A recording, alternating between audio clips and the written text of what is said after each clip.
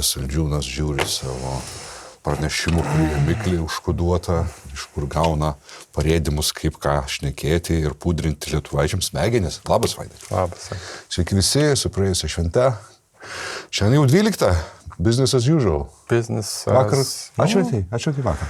Šiek tiek. Kas nešvenčia, aišku, tai Iranas. Visa šitą situaciją aplink Iraną, kas yra susijusi, apie tai šiandien daugiausiai ir kalbėsim.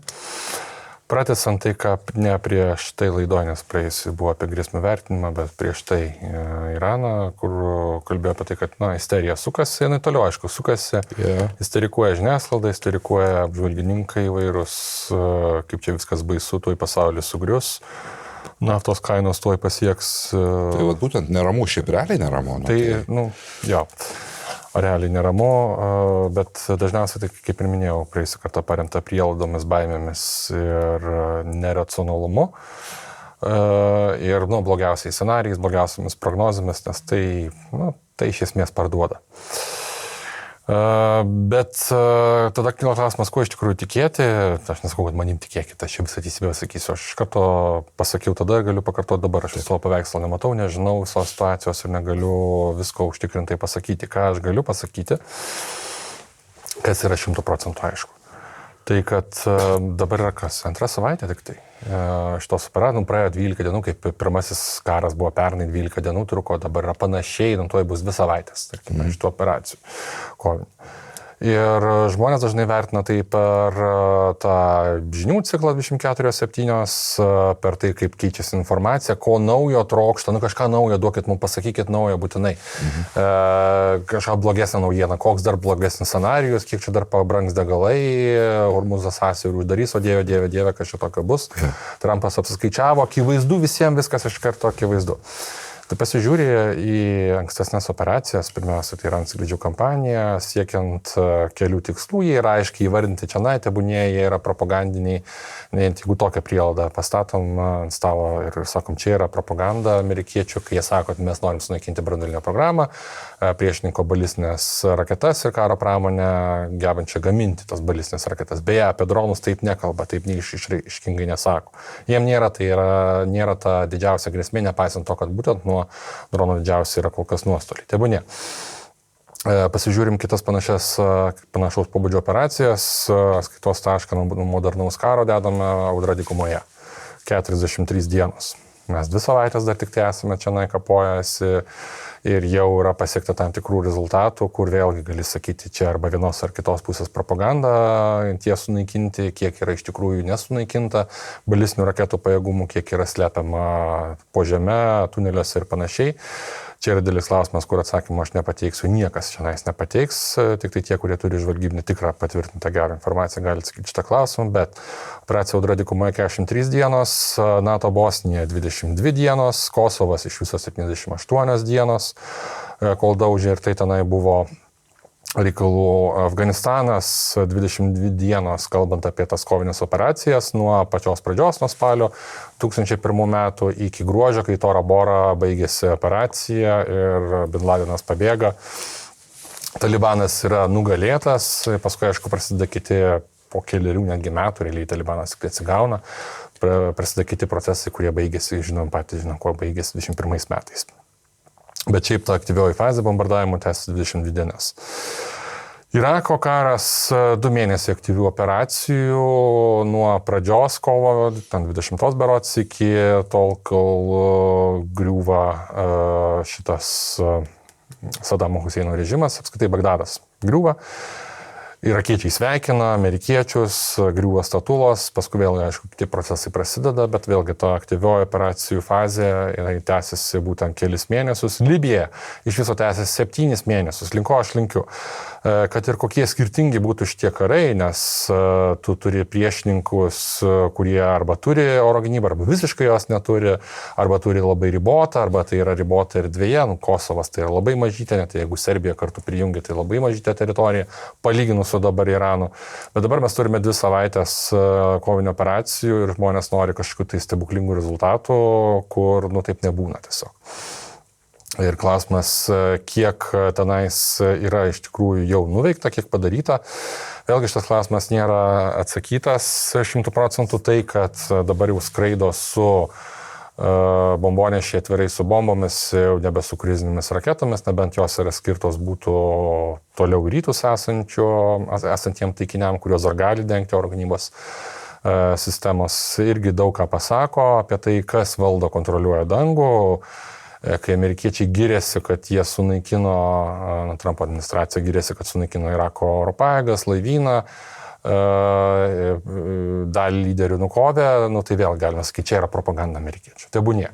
Bet faktas, kad kai naikintuvai skraido jau vien tik tai su bombomis ir jie gali per daug nerizikuoti būti numušti iš oro, tai galima sakyti, kad yra tam tikra kita fazė šitos operacijos, kai yra jau medžiojami mažesnios reikšmės taikiniai, arba tebūnie tai gali būti tie patys vipai, tai gali būti tas naujas Ajatola, gali būti Irano Respublikos gvardija, gali būti šitie basidžiai, visi sukarintų grupuočių, tie milijonai, kurie smaugia protestuotojus ne vienerius metus, nebuvo, kad tik tai šiemet buvo per tos protestus, buvo kruvinas susidorojimas su jais, daugybė buvo tų protestų, kur tos sukarintos Irano režimo grupuotės buvo naudojamos žvėriškai ir žudė šalies gyventojus. Bet kad ir ką būtų taikomasi, mes nepamatysim tol, kol nebus kažkokio tai arba dviejų dalykų, arba birėjimo, arba kažkokio tai paliaubo ugnies nutraukimo, susitarimo,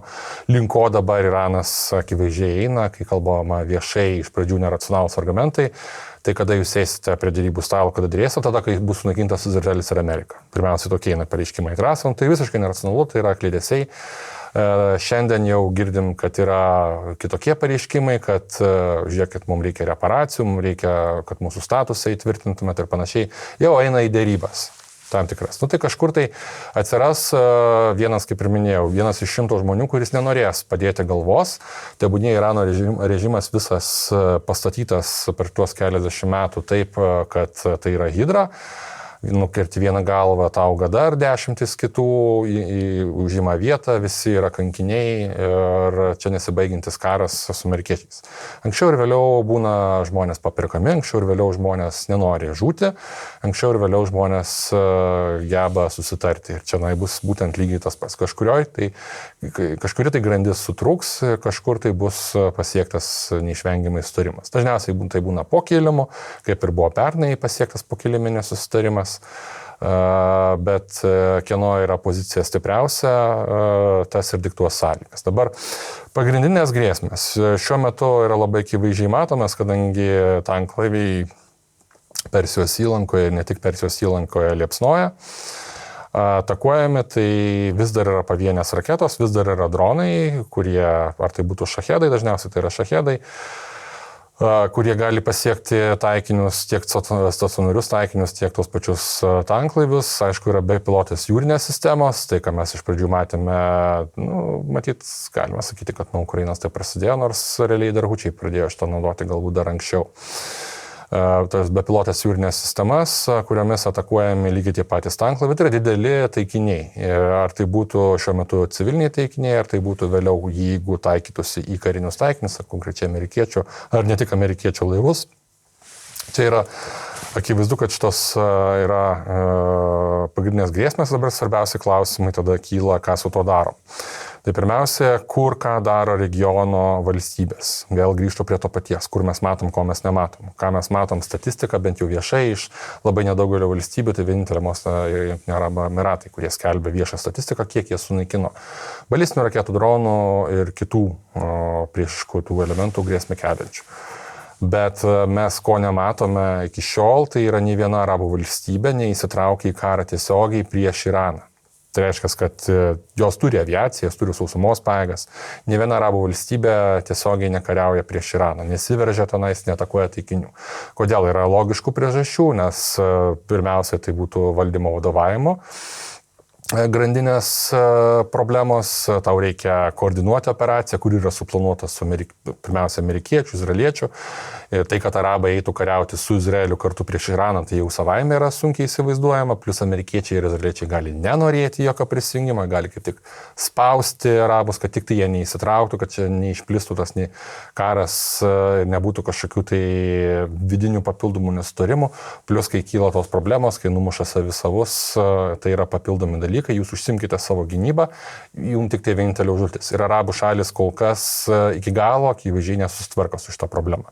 Aš minėjau ne kartą, kai prasideda arogantiški pasiūlymai, imkite ukrainiečių pavyzdį, naudokite pigias priemonės, numušinėkite dronus su ukrainietiškais metodais, tai tų metodų, kinetinių metodų arabų šalis pačios turi pakankamai. Turi kulkosvaidžių, turi pabūklų, kuriais gali naudoti, bet tam reikia turėti patirties, tam reikia turėti įgūdžių, tam reikia turėti procedūras, tam reikia turėti galų gale pratybas, kad tu mokėtum daryti. Tai reikia turėti sprendimus, kur būtų dislokuoti tokie pajėgumai palei visą, nežinau, tai pavadinti fronto liniją, bet palei visą perimetrą, kur gali kilti didžiausios grėsmės. Jeigu yra Dubajaus oro uostas, tu turi jį saugoti atitinkamai iš jūros. Tu turi turėti laivus išvestus, savo laivus išvestus į jūrą, kurie saugotų dar iki kranto prieimo oro erdvę, gintų ir galėtų atakuoti taikinius ore. Mes to nematom. Dar klausimas yra dėl sąjungininkų. Aš išskirčiau šią atveju Britų situaciją, apie tai rašiau šiandien, nenorėčiau pernelyg daug plėsti, galvojau apie tai plėsiuos, bet dabar jau nesiplėsiu per daug, straipsnis yra Delfi išleistas. Britų tai reiškia karališko laivyno, karališko oro pajėgų ir Britų armijos situacija. Taip yra karališkosios, nes yra šitie titulai skirti istoriniai, karaliui ištikimas laivynas liko, Britų armija liko parlamentui, todėl yra Britų armija, ne karališko armija, karališkos oro pajėgos jau vėliausiai įkurta institucija 18 metais. Jis irgi yra karališkos oro pajėgos, visur rašau tikrinės, ne kažkokios Britanijos, Didžiosios Britanijos, Jungtinės karalystės, bet yra labai aiškus pavadinimai. Nepaisant visos šitos pagarbos, realiai pagarbos šitom trim institucijoms kiekvienais metais atrodo vis mažiau, nes tai yra siaubingai sumenkusios pajėgos, visos trys. Šiuo metu didžiausias skandalas Britanijoje, aišku, yra dėl laivyno, kadangi nei vienas laivas pasirodo nebegalėjo išplaukti jūrą, taip sutapo, galima sakyti, kad tai buvo priežiūros suplanuoti darbai, buvo ruošiami laivai vienai misijai, juos reikėjo perplanuoti kitai, tarkime, buvo NATO, tas Maritime Standing Group 1, kur priskirti laivai yra ir reikia priskirti tą Type 45 destroyer naikintoją laivą. Viena iš jų turėjo būti 12, galiausiai buvo sumažintas užsakymų skaičius 6 yra pajėgus, puikus, jie yra perginkluojami, nuolat modernizuojami, neturi jie tų puolamųjų galimybių, tai yra neturi galimybės kaip tipinis naikintojas naikinti sausumos taikinius kelių tūkstančių kilometrų atstumu savais tomahawkais arba atitinkamom priemonėm, tiesiog neturi tokių priemonių, bet tai yra oro gynybos monstrai, kurie gali 50 kažkur tai į tolimą nuotolio raketų, dar plus 40 ar panašiai vidutinio artimo nuotolio raketų gali padengti ir yra įrodę gebėjimas, kad gali numušinėti įvairius taikinius, balistinės, kruizinės raketas, dronus ir taip toliau. Problema yra tai, kad dėl biurokratijos, dėl per nelyg menko personalo skaičio, tiek aptarnaujančio personalo, tiek įgulų nepakankamo skaičio, tiek pinigų trūkumo, nesugebėjimo suvaldyti, tai yra administravimo, organizavimo problemos, didelė dalis karališko laivyno laivų yra tiesiog uostuose, jie niekur negali išplaukti, kai yra poreikis.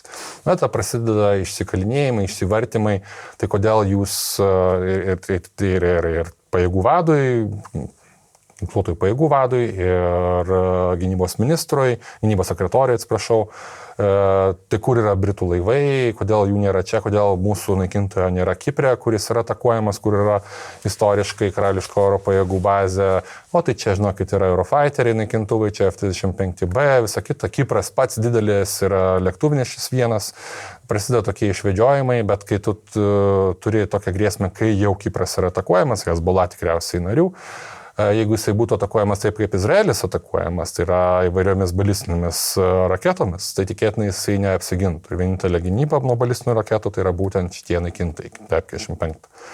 Ir dabar, kur jau pajudėjo vienas iš HMS Duncan berods ar kažkuris tai iš šitų naikintojų, po savaitės ruošimo tai pristatoma kaip didelė pergalė, nes reikėjo 6 savaičių, dabar per savaitę paruošė, čia yra didžiulė pergalė.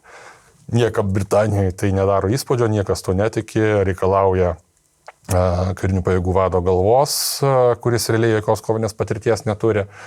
Situacija dar blogesnė yra su karališkomis oro pajėgomis, dar blogesnė su Britų armija, kuri neturi iš viso jokio ilgojo nuotolio oro gynybos sistemų. Nė vienas Patriot turi mažiau Britų armija artilerijos, 155 mm artilerijos negu Lietuvos kariuomenė.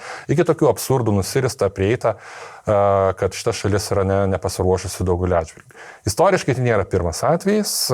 Britai yra įrodę, kad jie gali susiimti, kai nori susiimti. Galbūt tai yra pats žemiausias jų dugnas pasiektas, galbūt jie įrodytų savo gebėjimą, jeigu būtų karo situacija, bet šiuo atveju pagrindo optimizmui visiškai jokio nėra. Nes norint aukštyną paversti kojomis visą sistemą, kad būtų mažiau biurokratijos, kad didelė dalis lėšų eitų ne karininkų pensijoms, kas irgi yra aišku svarbu, nes tai yra profesionalų pirmiausia kariuomenė, bet jinai buvo pasiruošus kelius šimtus metų, čia nieko naujo tame, su išimtimi per pirmą, antrą pasaulinį karus, kai buvo tas National Service, kas yra šaukimo sistema vienai per kitaip. Tai bet kokiu atveju didelė dalis lėšų nueina ne toms sritims, kurioms reikėtų. Ir tai yra ne tik tai šitos vyriausybės, tai yra ir buvusių vyriausybė, ar tai būtų leiboristų, ar tai būtų konservatorių vyriausybė. Tikėtina, kad yra ateinanti, nežinau, nedaug dievė galima sakyti, Nigelo Farage'o reform vyriausybė su šita problema nė velnio niekaip nesusitvarkys, nes tiesiog čia reikia radikalių sprendimų. Tie radikalų sprendimai tai yra dideli pinigai, didelę šluotą iškuopti veltėdžius, biurokratus ir sugebėti organizuoti apskritai savo šalies gynybą taip, kad jinai atlieptų poreikius. Tam neužtenka vien tik tai investicijų, tam neužtenka vien tik tai politinių sprendimų, politinių pareiškimų. Tu turi priimti gerokai drastiškesnius sprendimus, reiškia grąžinti šaukimą, įmonės be botago meduolio principų vanoti. Aš nematau tam kol kas Britanijai, kad būtų tiesiog smarvės kiaušų ir kažko tai panašaus, kad jie sugebėtų sutvarkyti. Tai yra nueinanti galybė vienai per kitaip. Tai ką darys tokie sąjungininkai, tai šitie sąjungininkai paliko regioną be apsaugos, kiti sąjungininkai, kalbant apie prancūzus, šiuo metu permetinėja ko ne visą savo laivyną į regioną, tai čia plačiai žiūrint regioną, nes mes kalbame apie Viduržemio jūrą, bet tikėtina, kad jie pereis per Sueco kanalą ir plauks link Persijos įlankos, link Hormūzo sąsiaurio, ką jie tenai darys, ar karui tik tai pasibaigus, ar karui dar nepasibaigus. Vėlgi nėra aiškumo, kiek tame dalyvaus kitos Europos šalių pajėgos, laivai ir kiti pajėgumai iš oro pajėgų pusės. Vėlgi labai daug yra neaiškumų. Tai, kad yra bent kažkoks postumis iš Europos šalių, tai yra gerai, turint omeny, kad Europos šalis yra tos, kurios labiausiai kenčia, ne amerikiečiai, o Europos šalis labiausiai kenčia. Degalų kainos yra akivaizdžiausiai, kurios atsiliepia per visą grandinę paskui. Mes negalim sau leisti, reikia kažką tai daryti, bet tas kažką tai daryti negali būti, kaip tradiciškai reikia kažką daryti. Turi būti labai konkretus veiksmų planas, jis turi būti koordinuotas, turi būti aiškiai komunikuotas, jis neturi būti pakazūchinis propagandinis, jis turi būti konkretus ir turėti efektą, turi turėti laiko ašį, turi turėti biudžetą, turi turėti atsargą užsimetimą, reiškia rezervus, Britai neturi rezervų. Kur yra kitos šalis, kurios pasiunčia, tarkime, lėktuvnešį prancūzų lydėti vieną kitą fregatą. Ne, jūs turite pasiųsti realiai armadą visą. Ir mes dar prieisime prie, kas yra svarbiausia toje armadoje. Tas klausimas, ką toliau darys JAV ir Izraelis. Yra labai daug neaiškumų dėl to, kaip suplanavo šitais apskaitai operacija JAV ir Izraelis, kas ką pastumėjo, kas ką vedė, kas ką žinojo, kokią informaciją turėjo, kiek buvo informuota. Laidos pilna apimtim ir didžiulio archyvo ieškokite Patreon arba Substack arba Contribui kanale, kuris taip ir vadinasi Algis Ramanauskas.